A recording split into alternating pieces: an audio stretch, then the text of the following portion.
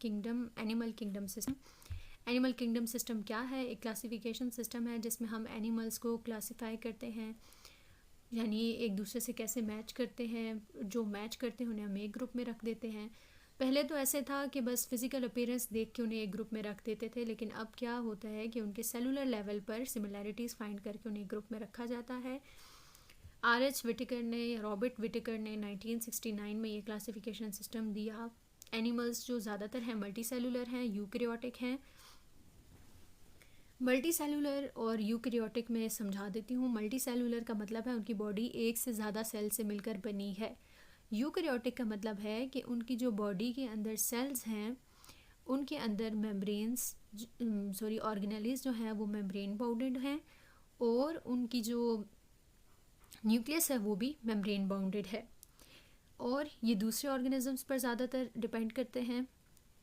अच्छा, पहले स्टार्ट में क्या था, जब बायोलॉजी इतनी ज़्यादा एडवांस नहीं थी या बिल्कुल स्टार्ट हुआ था बायोलॉजी का, तो फिज़िकल अपीयरेंस और हैबिटेट वगैरह को देखकर साइंटिस्ट ने क्या किया, एनिमल्स को डिवाइड कर दिया। एक्वेटिक थे जैसे, उनको एक्वेटिक में कर दिया। टेरेस्ट्रियल थे तो कह दिया ये टेरेस्ट्रियल हैं तो ये एक ग्रुप में है, ठीक है। इस तरह की डिवीजन्स थी। या कह दिया कि मतलब वर्टिब्रेट्स हैं तो बस इन्हें एक ग्रुप में रख दें, और नॉन वर्टिब्रेट्स जो हैं उन्हें एक ग्रुप में रख दिया। जैसे जैसे एडवांसमेंट आती गई तो ये क्लासिफिकेशन सिस्टम बढ़ता गया और डाइवर्स होता गया, ठीक है। हम जीन्स लेवल पर स्टडी करते हैं कि कौन सा ऑर्गेनिज्म एक दूसरे से कितना मैच करता है, ठीक है। अच्छा, क्लासिफिकेशन हम इन 5 बेसिस पे करते हैं। पहले तो ऑर्गेनाइजेशन लेवल पर करते हैं, body symmetry, body cavity, segmentation and presence of notochord. अच्छा, सबसे पहले लेवल ऑफ ऑर्गेनाइजेशन पे कैसे, यानी हम देखेंगे जो एनिमल्स एक सेल से मिलके बने हैं उन्हें हम यूनिसेलुलर कह देंगे, उन्हें हम एक कैटेगरी में रख देंगे, और जो ज़्यादा से मिलके बने हैं उन्हें हम मल्टी सेलुलर कह देंगे और अलग ग्रुप में रख देंगे। फिर टिश्यूज़ जिनके मिलते जुलते होंगे उन्हें एक जगह रख देंगे और बाकियों को दूसरी जगह रख देंगे। फिर ऑर्गन्स देखेंगे, जिनके वेल डेवलप हैं उन्हें हम एक जगह रख देंगे, जिनके वेल डेवलप नहीं हैं उन्हें हम दूसरी जगह रख देंगे। फिर बात करते हैं बॉडी सिमेट्री की। जो एसिमेट्रिकल है उन्हें हम एक जगह रख देंगे, जो रेडियली सिमेट्रिकल है उन्हें अलग जगह रख देंगे, और बायलैटरल को अलग। एसिमेट्रिकल वो ऑर्गेनिजम्स होते हैं जिनकी बॉडी इक्वल्स हाफ में डिवाइड नहीं होती, यानी उन्हें आप सेंटर से कट करें तो 2 हाफ्स इक्वल नहीं होंगे, ठीक है। रेडियल यानी उनके इक्वल 4 हाफ्स हो जाएंगे, और बायलैटरल यानी आप उनको कट करें अगर सेंटर से तो वो 2 इक्वल हाफ्स में कन्वर्ट हो जाएंगे। फिर बॉडी कैविटी की बेस पे हमने एसीलोमेट्स और सीलोमेट्स 2 ग्रुप्स बनाए हुए हैं। अब सीलोम कहते हैं बॉडी कैविटी को, जैसे ह्यूमंस की एब्डोमिनल कैविटी है उसमें ऑर्गन्स फिक्स्ड हैं, ठीक है। ऑर्गन्स मूव नहीं करते, ऑर्गन्स हर तरह के शॉक से, डैमेज से प्रिवेंट होते हैं उस कैविटी के वजह से। तो जिनके अंदर कैविटी होगी उनको हम सीलोमेट्स कह देंगे, जिनके अंदर कैविटी नहीं होगी हम उन्हें एसीलोमेट्स कह देंगे। फिर है सेगमेंटेशन। अच्छा, कुछ एनिमल्स ऐसे होते हैं जिनके अंदर बॉडी के सेगमेंट्स बने होते हैं, और कुछ उनमें भी कुछ ऐसे होते हैं जिनके हर सेगमेंट में ऑर्गन्स अलग होते हैं, ठीक है।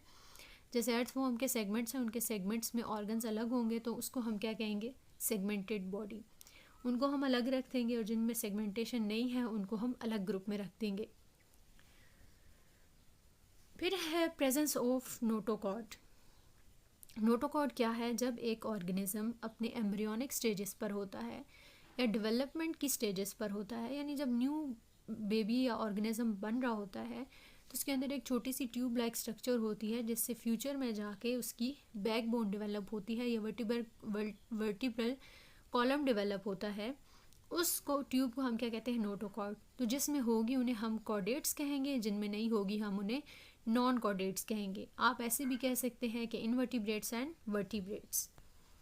अच्छा, मेजर ग्रुप्स वही बात आ गई, नॉन कॉर्डेट्स एंड कॉर्डेट्स। अच्छा, 5 kingdom classification, this is the simplest one, ठीक है। ये बिल्कुल सिंपल है, आगे फर्दर इनकी भी क्लासिफिकेशन की गई है, ठीक है। पहले देख लेते हैं किंगडम मोनेरा। ये यूनिसेलुलर ऑर्गेनिज्म है, ठीक है। एक ही सेल से इनकी बॉडी बनी है। प्रोकैरियोटिक हैं, यानी इनके न्यूक्लियस के इर्द गिर्द कोई मेम्ब्रेन नहीं है, और जो सेल की बाकी ऑर्गेनेलीज हैं उनके इर्द गिर्द भी कोई मेम्ब्रेन नहीं होगी। सेल वॉल इनकी पेप्टिडोग्लाइकेन से बनी है। म्यूरिन भी कहा जाता है उसको, ठीक है। कुछ ऑटोट्रॉफ्स होंगे, कुछ हेटरोट्रॉफ्स होंगे। ऑटोट्रॉफ्स जो अपना फूड खुद बनाएंगे, ऑब्वियसली उनमें क्लोरोफिल प्रेजेंट होगी, तभी वो क्या कर सकते हैं, फोटोसिंथेसिस के थ्रू अपना फूड बना सकते हैं। और हेटरोट्रॉफिक वो होंगे जो अपना फूड खुद नहीं बना सकते, ठीक है। फिर ये रिप्रोड्यूस कैसे होते हैं, बाइनरी फ्यूजन से होते हैं, ठीक है। यानी कि एक ही जो इनका पेरेंट सेल है वो दरमियान से स्प्लिट होगा, दो में कन्वर्ट होगा और आगे फर्दर रिप्रोड्यूस होता जाएगा। तो इसकी एग्जांपल में हमारे पास आ जाता है बैक्टीरिया। जैसे किंगडम प्रोटिस्टा को ट्रैश बिन भी कहा जाता है, यानी जब उन्हें कुछ नहीं समझ आई तो उन्होंने इनको अलग कर दिया। फिर है किंगडम फंजाई, इसमें मोस्टली मल्टी सेलुलर हैं। हीस्ट जो है वो यूनिसेलुलर है। फिर वही बात, यूकैरियोटिक है, इनकी सेल वॉल जो है वो काइटन से मिलकर बनी है। हेटरोट्रॉफिक हैं, सेप्रोफाइटिक या पैरासिटिक हैं, ठीक है। सेप्रोफाइट्स यानी दूसरे ऑर्गेनिजम्स पर सर्वाइव करेंगे, या वो ऑर्गेनिजम्स यानी डेड मैटर पे, ठीक है, ऐसी चीज़ों पे सर्वाइव करेंगे। और पैरासिटिक यानी किसी और ऑर्गेनिज्म पर टोटली डिपेंड करेंगे, और ये न्यूट्रिएंट्स अपने सराउंडिंग से लेते हैं, और स्पोर्स के थ्रू ये रिप्रोड्यूस होते हैं। स्पोर्स इनके सेल होते हैं, जैसे आप कहते हैं ना फ्लावर्स के पोलन्स होते हैं, बस ये उसी तरह समझ लें आप, उसके थ्रू रिप्रोड्यूस होते हैं और इनके अंदर क्लोरोफिल प्रेजेंट नहीं होती। इसकी एग्जांपल है मशरूम्स। फिर आ जाता है किंगडम प्लांटी, मल्टी सेलुलर हैं, यूकैरियोटिक्स हैं। सेल वॉल किससे मिलकर बनी है, सेलुलोज से।